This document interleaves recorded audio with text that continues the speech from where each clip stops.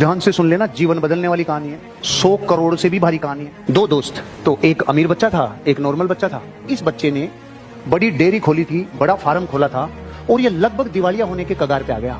और इसका जो दोस्त था वो बड़े घर का बेटा था, मतलब एक तरीके से राजा का बेटा समझो।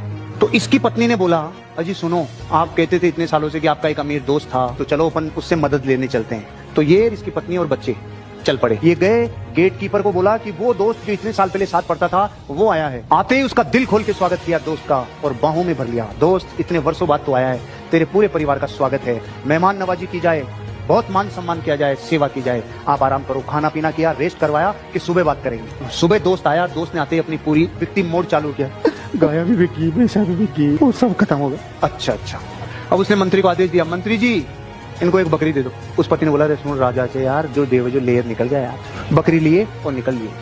2-5 दिन 10 दिन दूध पिलाया, बच्चे पल गए, 5-10 दिन 20 दिन 15 दिन हो गए, और बकरी तो जैसे बकरी मरी तो एक दिन तो पति पत्नी एक दूसरे की तरफ नहीं देखे, साला इतना बड़ा राजा मेरे को बकरी देके दे जाता, दिमाग खराब है यार तो। लेकिन 3-4 दिन बाद जाग आ गए वापस कि चलो चलते हैं, अब की बार देखते हैं, अब की बार थोड़ा सही देना चाहिए। वो गया, वैसे ही स्वागत हुआ, रात को विश्राम हुआ, और सुबह 10:15 बजे वापस बकरी भी मर गई। राजा ने बोला, चिंता मत करो, बिल्कुल भी कोई चिंता करने की जरूरत नहीं है, मंत्री जी बकरी दे दो। अब राजा का आदेश कोई टाल सकता है क्या? शांति से बकरी लेके 5 दिन दूध पिए, 10 दिन दूध पिए, 15 दिन दूध पिए बकरी।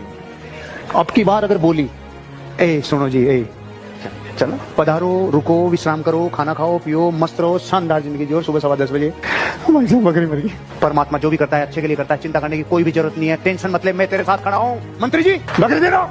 पत्नी ने माथा पकड़ लिया, होते ना गुस्से में, बकरी ले गए। 1 दिन 2 दिन 5 दिन 10 दिन बकरी ब्याई। आप क्या सोच रहे? बकरी, एक बकरी और ले आई, और वो जो बकरी थी उसके भी बकरी, 4-5 बकरी हो गई, दूध मामला सेट हो गया, बच्चे पलने लग गए, और अब थोड़ा थोड़ा दूध बेचना शुरू कर दिया।